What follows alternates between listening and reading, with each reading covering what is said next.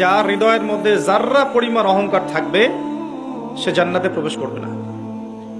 সাহাবীরা জিজ্ঞেস করলেন যে একজন ব্যক্তি পছন্দ করে যে তার কাপড়টা সুন্দর হোক, জুতা সুন্দর হোক, ঠিক আছে, এটা কি অহংকার?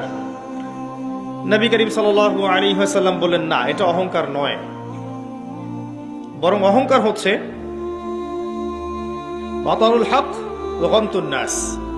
অহংকার হচ্ছে সত্যকে প্রত্যাখ্যান করা, হককে প্রত্যাখ্যান করা এবং অন্য মানুষকে তুচ্ছ তাচ্ছিল্য করা। তাহলে অহংকারের সংজ্ঞা কি? হক বা সত্যকে প্রত্যাখ্যান করা এবং অন্যকে তুচ্ছ তাচ্ছিল্য করা।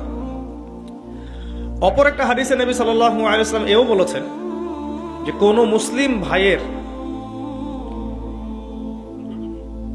একটা মুসলিম ভাই আরেকজন মুমিন মুসলিম ভাইকে